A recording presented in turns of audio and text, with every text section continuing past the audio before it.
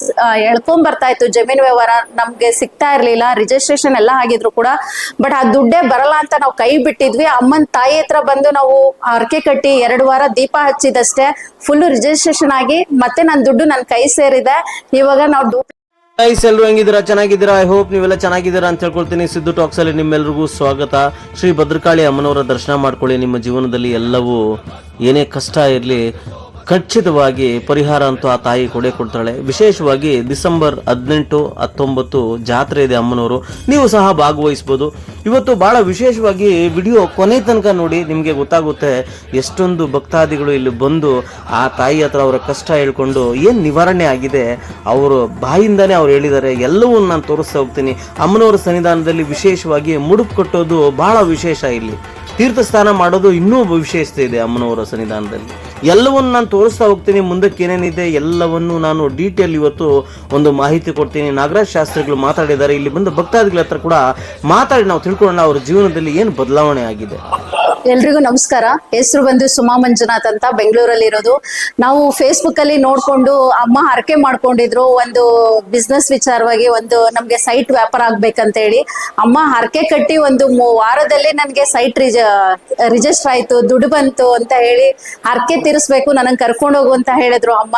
ಅವಾಗ ಅವ್ರನ್ನ ಕರ್ಕೊಂಡು ನಾನು ಇಲ್ಲಿಗೆ ಬಂದೆ. ಬಟ್ ನಾನು ಇಲ್ಲಿಗೆ ಬಂದ ಮೇಲೆ ಅನ್ಸ್ತು ನನ್ಗೊಂಥರ ಮೈಯೆಲ್ಲ ರೋಮಾಂಚನ ಅನ್ಸ್ತು. ಈಗ ಭದ್ರಕಾಳಮ್ಮ ಮತ್ತೆ ನಮ್ಗೆ ವೀರಭದ್ರ ಸ್ವಾಮಿ ಅಂದ್ರೆ ಅದು ಕೂಡ ನಮ್ಮ ಮನೆ ದೇವರೇ ಇತ್ತು.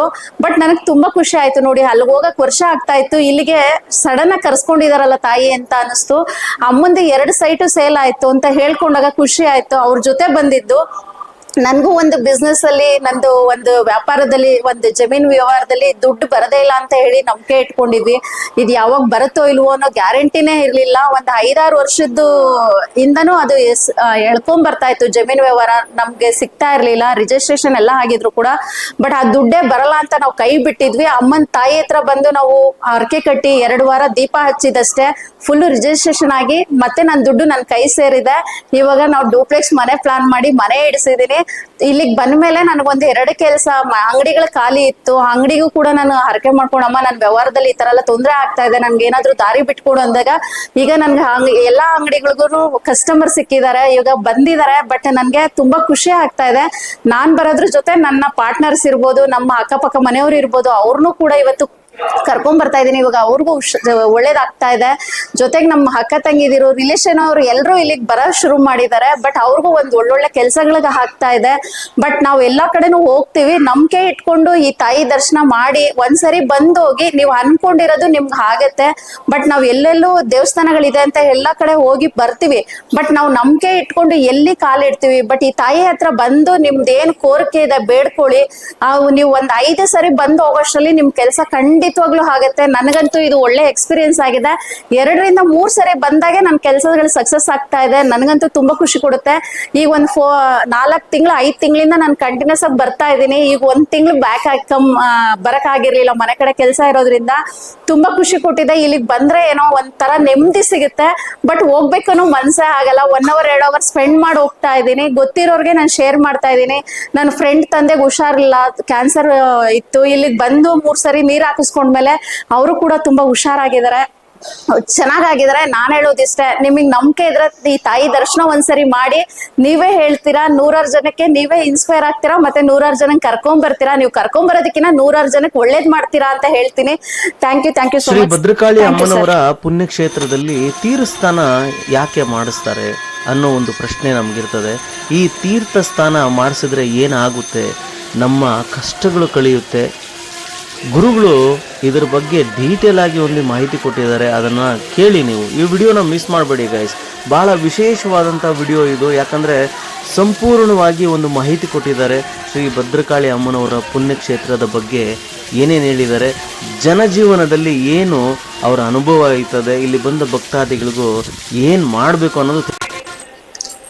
ನಾನು ರಾಜೇಶ್ವರಿ ಡಿ ಅಂತ, ಶಿಕ್ಷಕಿ, ಇಂದಿರಾನಗರ ಶಾಲೆಯಲ್ಲಿ ಕರ್ತವ್ಯ ನಿರ್ವಹಿಸ್ತಾ ಇದ್ದೀನಿ. ಈ ಒಂದು ಅಮ್ಮನವರ ಸನ್ನಿಧಾನಕ್ಕೆ ನಾನು 3ನೇ ಸಲ ಬರ್ತಾ ಇದ್ದೀನಿ. ತಾವರೆಕೆರೆ ಹತ್ರ ಇರುವಂಥ ಈ ಕಾಳಪ್ಪನಹಳ್ಳಿಯಲ್ಲಿ ಈ ಒಂದು ಸನ್ನಿಧಾನಕ್ಕೆ ಬಂದು ಇಲ್ಲಿ ನಾವು ಪುನೀತರಾಗಬೇಕು ಅಂತ ಮೊದಲನೇ ಸಲ ಬಂದಾಗ ನಾನು ನಮ್ಮ ಮಕ್ಕಳಿಗೆ ಒಂದು ಒಳ್ಳೆ ಕೆಲಸ ಕೊಡಿಸ್ಲಿ ಅಂತ ಕೇಳ್ಕೊಂಡೆ. ಜೊತೆಗೆ ನನ್ನ ಮಗನಿಗೆ ವಿವಾಹ ಭಾಗ್ಯ ಕೂಡಿ ಬರಲಿ ಅಂತಲೂ ಕೇಳ್ಕೊಂಡಿದ್ದೆ ಅಮ್ಮನವ್ರ ಹತ್ರ. ಮೊದಲನೇ ವಾರ ಬಂದಾಗಲೇ ನನಗೆ ತುಂಬ ಭಕ್ತಿ ಭಾವ ಅನ್ನಿಸ್ತು. ಏನೋ ಅಮ್ಮನವರ ಕೃಪೆ ಇದೆ, ಒಂದು ಆಶೀರ್ವಾದ ಇದೆ ಅನ್ನಿಸ್ತು. ಇಲ್ಲಿ ಬಂದು ನಾವು ಖಂಡಿತ ಒಂದು ಭಾವಪರವಶರಾಗಿದ್ವಿ. ಮೊದಲನೇ ವಾರ ಬಂದು ಹೋದ್ಮೇಲೆ 2ನೇ ವಾರ ಬಂದೆ ನಾನು. ಆಗ ಬರೋಷ್ಟರಲ್ಲಿ ಒಂದು ತಿಂಗಳ ಅನಂತರ ಬಂದಿದ್ದು ನಾನು. ಆಗ ಅಮ್ಮನವ್ರಿಗೆ ಒಂದು ಮುಡಿಯನ್ನ ಕಟ್ಟಿದ್ದೆ. ಒಂದು ನನ್ನ ಮಗನಿಗೆ ಒಂದು ಕಂಕಣ ಭಾಗ್ಯ ಕೂಡ್ ಬರ್ಲಿ ಅಂತಾನು ಕಟ್ಟಿದ್ದೆ, ಕೆಲಸ ಸಿಗ್ಲಿ ಅಂತಾನು ಕಟ್ಟಿದ್ದೆ. ಈಗ 3ನೇ ಬಾರಿ ಬರ್ತಾ ಇದ್ದೀನಿ. ಇಬ್ರು ಮಕ್ಕಳಿಗೂ ಕೆಲಸ ಸಿಕ್ತು, ಒಳ್ಳೇದಾಯ್ತು ಅಮ್ಮನವರ ಗುಡಿಗೆ ಬಂದು. ಮತ್ತೆ ನಾನು ಅಮ್ಮನವ್ರಿಗೆ ಒಂದು ಅಭಿಷೇಕ ಪೂಜೆ ಮಾಡಬೇಕು ಅನ್ನೋ ಒಂದು ಸಂಕಲ್ಪ ಕೂಡ ಇಟ್ಕೊಂಡಿದ್ದೀನಿ.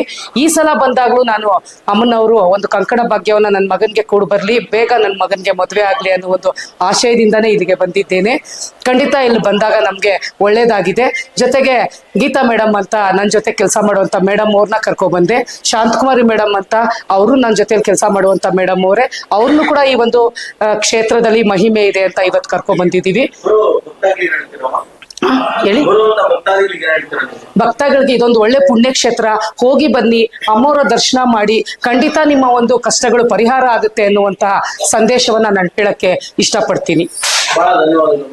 ನಮಸ್ಕಾರ. ಶ್ರೀ ಕ್ಷೇತ್ರ ಕಾಳಪ್ಪನಹಳ್ಳಿ ಭದ್ರಕಾಳಿ ಸಾನ್ನಿಧ್ಯ. ಈ ಕ್ಷೇತ್ರದಲ್ಲಿ ವಿಶೇಷವಾಗಿ ತೀರ್ಥ ಸ್ನಾನ ಅನ್ನೋದು ಬಹಳಷ್ಟು ವಿಶೇಷ. ಕ್ಷೇತ್ರದಲ್ಲಿ ಏನು ತೀರ್ಥ ಸ್ನಾನ ಅಂತಂದ್ರೆ, ಇಲ್ಲಿ ಇಂದಿನ ಕಾಲದಿಂದ ಗುರುಗಳು ಕೊಟ್ಟಿರುವಂತ, ಅವರ ಗುರುಗಳು ಕೊಟ್ಟಿರುವಂತ, ನಮ್ಮ ಗುರುಗಳು ಕೊಟ್ಟಿರುವಂತ ಸಾಲಿಗ್ರಾಮಗಳು, ಬಹಳಷ್ಟು ಶಕ್ತಿ ಸಾಲಿಗ್ರಾಮಗಳು. ನರಸಿಂಹ ಸಾಲಿಗ್ರಾಮ, ವಿಷ್ಣು ಸಾಲಿಗ್ರಾಮ, ಶಿವ ಸಾಲಿಗ್ರಾಮ, ಭೂಗರ್ಭ ಸಾಲಿಗ್ರಾಮ, ಮತ್ತೆ ಸೂರ್ಯ ಸಾಲಿಗ್ರಾಮ, ಎಲ್ಲ ಸಾಲಿಗ್ರಾಮ, ಮತ್ತೆ ಪಾದರಸದ ಲಿಂಗ, ಇವುಗಳೆಲ್ಲ ಅಭಿಷೇಕ ಮಾಡಿ ಅಮ್ಮನವರಿಗೆ ಅಭಿಷೇಕವನ್ನ ಮಾಡಿ ಮಹಾಸಂಕಲ್ಪ ಮಾಡಿ ಶಿವನಿಗೆ ಅಭಿಷೇಕ ಮಾಡಿದಂತ ತೀರ್ಥವನ್ನ ಆ ಮಂಗಳ ದ್ರವ್ಯ ಸ್ನಾನಕ್ಕೆ ಉಪಯೋಗಿಸುವಂಥದ್ದು ಬಹಳಷ್ಟು ವಿಶೇಷ. ಮತ್ತೆ ಏನು ಅದ್ರ ಮಂಗಳ ದ್ರವ್ಯ ಸ್ನಾನದ ಉಪಯೋಗ ಅಂತಂದಾಗ, ನಮ್ಮಲ್ಲಿ ದೇಹದಲ್ಲಿ ಆಗುವಂತ ಸಮಸ್ಯೆಗಳು, ಹಲವಾರು ಸಮಸ್ಯೆಗಳು ಬರ್ತಾ ಇರ್ತವೆ. ಏನೋ ಒಂದು ವಾಮಾಚಾರ ಆಗಿರ್ಬೋದು, ಇಲ್ಲ ದೃಷ್ಟಿ ದೋಷಗಳಾಗಿರ್ಬೋದು, ಮೈ ಕೈ ನೋವು ಬರುವಂಥದ್ದು, ಮತ್ತೆ ಆರೋಗ್ಯ ಸಮಸ್ಯೆ, ಆಗಾಗ ಆರೋಗ್ಯ ಕೆಡುವಂಥದ್ದು, ಮತ್ತೆ ಭೂತ ಪ್ರೇತಗಳ ಕಾಟ ಆಗಿರ್ಬೋದು, ಮತ್ತೆ ದೃಷ್ಟಿ ದೋಷ, ಮತ್ತೆ ನಿದ್ರೆ ಬರ್ತಾ ಇಲ್ಲ, ಏನು ಕೆಲ್ಸಕ್ಕೆ ಹೋದ್ರೂ ಸಕ್ಸಸ್ ಆಗ್ತಾ ಇಲ್ಲ, ಮತ್ತೆ ಹಲವಾರು ಸಮಸ್ಯೆಗಳಿಗೆ ನಂಬಿಕೆಯಿಂದ ಬಂದು ಆ ಮಂಗಳ ದ್ರವ್ಯ ಕ್ಷೇತ್ರದಲ್ಲಿ ಮಾಡಿಸಿದಾಗ, ಯಾಕಂದ್ರೆ ಅದರಲ್ಲಿ ಬೀಳುವಂತ ಸಾಲಿಗ್ರಾಮದ ತೀರ್ಥ ನಮ್ಮ ಮೇಲೆ ಬಿದ್ದಾಗ, ಅದರ ಮೇಲೆ ಆ ಪ್ರತ್ಯಂಗಿರಿ ದೇವಿ ವಿಗ್ರಹನ ತಲೆ ಮೇಲೆ ಇಟ್ಟು ಆ ಸಾಲಿಗ್ರಾಮದ ತೀರ್ಥವನ್ನು ನಮ್ಮ ಮೇಲೆ ಹಾಕಿದಾಗ, ನಾವು ಯಾವ ಜನ್ಮದಲ್ಲಿ ಮಾಡಿದಂತ ಕರ್ಮಗಳ ಪರಿಹಾರ ಆಗಿ ನಮ್ಮ ಮುಂದಿನ ಭವಿಷ್ಯದಲ್ಲಿ ಆ ಒಳ್ಳೇದು ಉಂಟದಾಗುವಂಥದ್ದು ಇರ್ತದೆ. ಆ ಮಂಗಳ ದ್ರವ್ಯದಲ್ಲಿ ಸ್ನಾನದಲ್ಲಿ ಅಷ್ಟು ಶಕ್ತಿ ಇರುವಂಥದ್ದು ಬಹಳಷ್ಟು ವಿಶೇಷ. ಆ ಮಂಗಳ ದ್ರವ್ಯ ಸ್ನಾನ ಮಾಡಿಸಿದಾಗ ನೀವೇನೇ ಸಮಸ್ಯೆ ಒತ್ತು ಕ್ಷೇತ್ರಕ್ಕೆ ಬಂದಿರ್ತೀರೋ ಆ ಸಮಸ್ಯೆಯನ್ನು ನಿವಾರಣೆ ಮಾಡ್ತಾಳೆ. ಒಂದೇ ಸಲ ಬಂದು ಆ ಮಂಗಳ ದ್ರವ್ಯ ಸ್ನಾನ ಮಾಡಿಸಿ ನಿಮಗೆ ಗೊತ್ತಾಗ್ತದೆ ನಿಮ್ಮ ದೇಹದಲ್ಲಿ ಆಗುವಂತ ಆಲೋಚನೆಗಳು. ಹಾಗಾಗಿ ಈ ಕ್ಷೇತ್ರದಲ್ಲಿ ವಿಶೇಷವಾಗಿ ಆ ಮಂಗಳ ದ್ರವ್ಯ ಸ್ನಾನ ಮಾಡಿಸಿದಾಗ ಆರೋಗ್ಯ ಸಮಸ್ಯೆ ಆಗಿರ್ಬೋದು, ಮದುವೆ ಸಮಸ್ಯೆ ಆಗಿರ್ಬೋದು, ಇಲ್ಲ ಸಂತಾನ ವಿಚಾರ ಆಗಿರ್ಬೋದು, ಇಲ್ಲ ಯಾವುದನ್ನ ಕೋಟಿ ವಿಚಾರಗಳಾಗಿರ್ಬೋದು, ಮತ್ತೆ ಮನೆಯಲ್ಲಿ ಕಲಹಗಳಾಗಿರ್ಬೋದು, ಮತ್ತೆ ವ್ಯವಹಾರಗಳು ನಡೀತಾ ಇಲ್ಲ, ಮತ್ತೆ ನಿದ್ರೆ ಬರ್ತಾ ಇಲ್ಲ, ವಾಮಾಚಾರ, ದೃಷ್ಟಿ ದೋಷಗಳು, ಹಲವಾರು ಸಮಸ್ಯೆಗಳಿಗೆ ಕ್ಷೇತ್ರಕ್ಕೆ ಬಂದು ಮಂಗಳ ದ್ರವ್ಯ ಸ್ನಾನವನ್ನ ಮಾಡಿಸಿದಾಗ, 3 ಬಾರಿ ಮಂಗಳ ದ್ರವ್ಯ ಸ್ನಾನ ಮಾಡಿಸಿದಾಗ ಇವೆಲ್ಲ ಸಮಸ್ಯೆಗಳನ್ನು 3 ವಾರದೊಳಗೆ ಅಮ್ಮನವರ ಕಡೆಯಿಂದ ಅನುಗ್ರಹ ಆಗುವಂಥದ್ದು ಬಹಳಷ್ಟು ವಿಶೇಷ. ಯಾಕಂತಂದ್ರೆ ಆ ಪ್ರತ್ಯಂಗಿರಿ ದೇವಿಯ ತಲೆ ಮೇಲೆ ಇಟ್ಟು ಆ ಸಾಲಿಗ್ರಾಮಕ್ಕೆ ಅಭಿಷೇಕ ಮಾಡಿದಂತ ನೀರು ನೋಡು, ಅದರಲ್ಲಿ ಆ ಪಾದರಸ ಲಿಂಗ ಅಂತಂದ್ರೆ ಬಹಳಷ್ಟು ಶಕ್ತಿ ಇರುವಂಥದ್ದು. ಆ ಪಾದರಸ ಲಿಂಗಕ್ಕೆ ಪ್ರಾಣ ಪ್ರತಿಷ್ಠೆ ಮಾಡಿರುವಂಥದ್ದು, ಅದು ನಮ್ಮನ್ನ ಆ ಗುರು ಹಿರಿಗಳು ಕೊಟ್ಟಿರುವಂತ ಪಾದರಸ ಲಿಂಗ, ಅದ್ರ ಬಹಳಷ್ಟು ಶಕ್ತಿ ಇರುವಂಥದ್ದು. ಆ ಪಾದರಸ ಲಿಂಗ ಅಭಿಷೇಕ ಮಾಡಿದಂತ ತೀರ್ಥವನ್ನ ನಮ್ಮ ದೇಹಕ್ಕೆ ತಾಕಿದಾಗ ನಾವು ಮಾಡಿದಂತ ಕರ್ಮಗಳು ಹೋಗಿ ನಮಗೆ ಏನೇ ಸಮಸ್ಯೆ ಆಗಿದ್ರೆ ಪರಿಹಾರ ಮಾಡಿ ನಮ್ಮ ದೇಹದಲ್ಲಿರುವಂತ ಹಲವಾರು ರೋಗಗಳನ್ನು ದೂರ ಸರಿಯುವಂಥದ್ದೇ ಆ ಮಂಗಳ ದ್ರವ್ಯ ಸ್ನಾನದ ಒಂದು ಪವಾಡ ಅಂತ ಹೇಳ್ಬೋದು. ಹಾಗಾಗಿ ಬಂದು ಮಂಗಳ ದ್ರವ್ಯ ಸ್ನಾನ ಮಾಡಿಸಿ ಆಮೇಲೆ ನೀವೇ ಹೇಳ್ತೀರಾ. ಎಲ್ಲರಿಗೂ ನಮಸ್ಕಾರ. ಸರ್ವೇ ಜನ ಸುಖಿನೋ.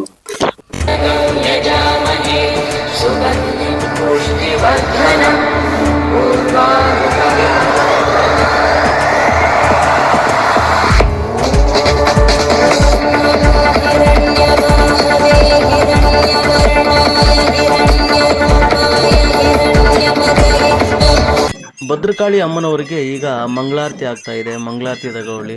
ನಿಮ್ಮ ಜೀವನದಲ್ಲಿ ಏನಾದರೂ ಕಷ್ಟ, ದುಃಖ, ಏನೇ ಸಮಸ್ಯೆ ಇರಲಿ ಆ ತಾಯಿಗೆ ಹೇಳ್ಕೊಳ್ಳಿ, ಖಚಿತವಾಗಿ ಪರಿಹಾರ ಆ ತಾಯಿ ನಿಮಗೆ ನೀಡ್ತಾಳೆ ಒಂದು ನಂಬಿಕೆ ಇದೆ. ನೀವು ಸಹ ಡಿಸೆಂಬರ್ 18, 19ರಲ್ಲಿ ಅಮ್ಮನವರ ಜಾತ್ರೆ ಇದೆ. ಸ್ವರ್ಗದಲ್ಲಿ ನಿಂತ್ಕೊಂಡು ನೋಡೋಷ್ಟು ಆನಂದ ಸಿಗುತ್ತೆ, ಇದಂತೂ ಕನ್ಫರ್ಮು. ನಿಮ್ಮ ಕಷ್ಟ ಇರಲಿ, ಏನೇ ಇರಲಿ, ಅಮ್ಮನ ದರ್ಶನ ಮಾತ್ರನೇ ನಿಮ್ಮ ಜೀವನ ಪಾವನವಾಗುತ್ತೆ ಅಂತ ನಾನು ತಿಳ್ಕೊಳ್ತೀನಿ. ನಿಮ್ಗೇನಾದರೂ ಹಂಗೆ ಅನಿಸಿದ್ರೆ ಖಚಿತವಾಗಿ ಜಾತ್ರೆಯಲ್ಲಿ ಭಾಗವಹಿಸಿ ಅಮ್ಮನ ದರ್ಶನ ಮಾಡಿ. ಇನ್ನು ಮುಂದಕ್ಕೆ ನಾಗರಾಜ್ ಶಾಸ್ತ್ರಿಗಳು ಮಾತಾಡಿದ್ದಾರೆ, ಅದನ್ನು ಕೇಳಿ ಏನು ಹೇಳ್ತಾರೆ ಅವರು. ನಮ್ಮ ಜೀವನದಲ್ಲಿ ಎಂತೆಂಥ ಕಷ್ಟಗಳಿರ್ತದೆ, ದೇವಸ್ಥಾನಕ್ಕೆ ಹೋದರೆ ನಮ್ಮ ಕಷ್ಟ ತೀರುತ್ತೆ ಅಂತ ನಾವೆಲ್ಲರೂ ಸಹ ನಂಬುತ್ತೀವಿ, ಅವರು ನಂಬುತ್ತಾ ಇರ್ತೀವಿ ಕೂಡ. ಆ ನಂಬಿಕೆ ಭಗವಂತನ ಮೇಲೆ ಇಟ್ಟವರಿಗೆ ಖಚಿತವಾಗಿ ಪ್ರತಿಫಲ ಸಿಗುತ್ತೆ ಅಂತ ಒಂದು ನಂಬಿಕೆ ನನಗೆ. ಆ ತಾಯಿಗೆ ಒಂದು ನಮಸ್ಕಾರ ಹಾಕಿ, ಯಾವಾಗಲಾದರೂ ನಿಮ್ಮ ಹತ್ರ ಟೈಮ್ ಇದ್ದರೆ ಖಚಿತವಾಗಿ ಶ್ರೀ ಭದ್ರಕಾಳಿ ಅಮ್ಮನವರ ಸನ್ನಿಧಿಗೆ ಹೋಗಿ ಆ ತಾಯಿಯ ದರ್ಶನ ಮಾಡಿ ಅಂತ ಹೇಳ್ತಾ ಎಲ್ಲರಿಗೂ ನಮಸ್ಕಾರ. ಮೊದಲಿಗೆ ದೇವಿಯ ಪ್ರಾರ್ಥನೆಯನ್ನು ಮಾಡೋಣ. ಸರ್ವ ಮಾಂಗಲ್ಯ ಶಿವೇ ಸರ್ವ ಪ್ರಸಾದಕ್ಕೆ ಶರಣ್ಯೇತ್ರಿ ಎಂಬಕೆ ಗೌರಿ ನಾರಾಯಣಿ ನಮೋಸ್ತುತೆ. ಶ್ರೀ ಕ್ಷೇತ್ರ ಭದ್ರಕಾಳಿ ಶಕ್ತಿಪೀಠ ಕಾಳಪ್ಪನಹಳ್ಳಿಯ ಒಂದು ಪುಟ್ಟ ಗ್ರಾಮದಲ್ಲಿ ನೆಲೆಗೊಂಡು ಬರುವಂತ ಭಕ್ತರ ಕಷ್ಟಗಳ ನಿವಾರಣೆ ಮಾಡಿ ಅವರ ಸಮಸ್ಯೆಗಳ ತಕ್ಕಂಗೆ ಪರಿಹಾರ ಕೊಟ್ಟು ಜನರ ಕಣ್ಣೀರು ಒರೆಸುತ್ತಾ ಅವರು ಕೇಳಿದ ಪ್ರಸಾದವಾಗಿ ಕೊಡುವಂತ ಭದ್ರಕಾಳಿ ಕ್ಷೇತ್ರ, ಭದ್ರಕಾಳಿ ಮುಕ್ಕಂಡೇಶ್ವರ ಶಿವಶಕ್ತಿ ನೆಲೆಸಿರುವಂತ ಪುಣ್ಯಕ್ಷೇತ್ರ. ಈ ಕ್ಷೇತ್ರದಲ್ಲಿ ವರ್ಷಗಳ ಕಳೆದಂತೆ ತಾಯಿಯ ಈ ಕ್ಷೇತ್ರಕ್ಕೆ ಪಾದಾರ್ಪಣೆ ಮಾಡಿ 11ನೇ ವರ್ಷ ಪ್ರಾರಂಭ ಆಗಿದೆ. ಈ 11ನೇ ವರ್ಷದ ಪ್ರಾರಂಭದ ದಿನ ಅಂದ್ರೆ ಡಿಸೆಂಬರ್ ತಿಂಗಳಲ್ಲಿ ವಿಶೇಷವಾಗಿ ಅಮ್ಮನವರಿಗೆ ಜಾತ್ರಾ ಮಹೋತ್ಸವವನ್ನ ಈ ಕ್ಷೇತ್ರದಲ್ಲಿ ಏರ್ಪಡಿಸಿರುವಂತದ್ದು ಬಹಳಷ್ಟು ವಿಶೇಷ.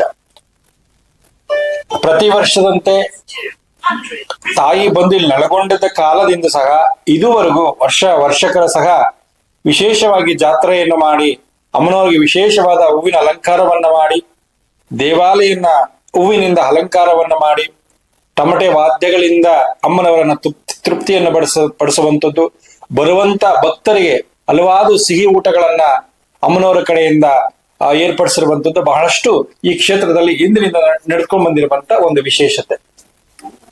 ಹಾಗೆ ವರ್ಷಗಳ ಕಳೀತಾ ಒಂದು ಜಾತ್ರೆ ಅನ್ನೋದು ಆ ದೇವಿಗೆ ಬಹಳಷ್ಟು ಇಷ್ಟವಾದಂಥದ್ದು.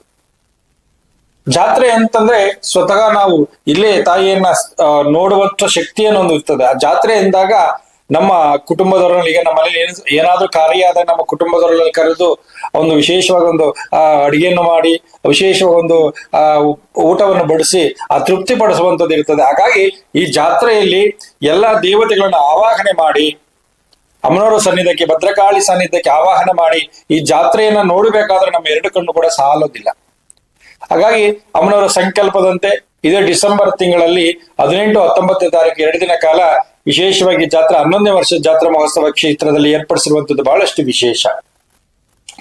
ಮುಂದುವರುವಂತ 19ನೇ ತಾರೀಕು ಅಮಾವಾಸ್ಯೆಯ ದಿವಸ ವಿಶೇಷವಾದ ಈ ಕ್ಷೇತ್ರದಲ್ಲಿ 11ನೇ ವರ್ಷ ಜಾತ್ರಾ ಕಾರ್ಯಕ್ರಮ ನಡೆಯಲಿದೆ. ಎಲ್ಲ ಭಕ್ತಾದಿಗಳು ಬಂದು ಅಮ್ಮನವರ ಒಂದು ಕೃಪೆಗೆ ಪಾತ್ರರಾಗಿ, ಅಮ್ಮನವರ ಒಂದು ಪ್ರಾರ್ಥನೆಗೆ ಕೃಪೆಗೆ ಪಾತ್ರರಾಗಬೇಕಾಗಿ ತಮ್ಮೆಲ್ಲರಲ್ಲಿ ಕೇಳ್ಕೊಳ್ಳೋದಿಷ್ಟೇ. ಯಾಕಂದ್ರೆ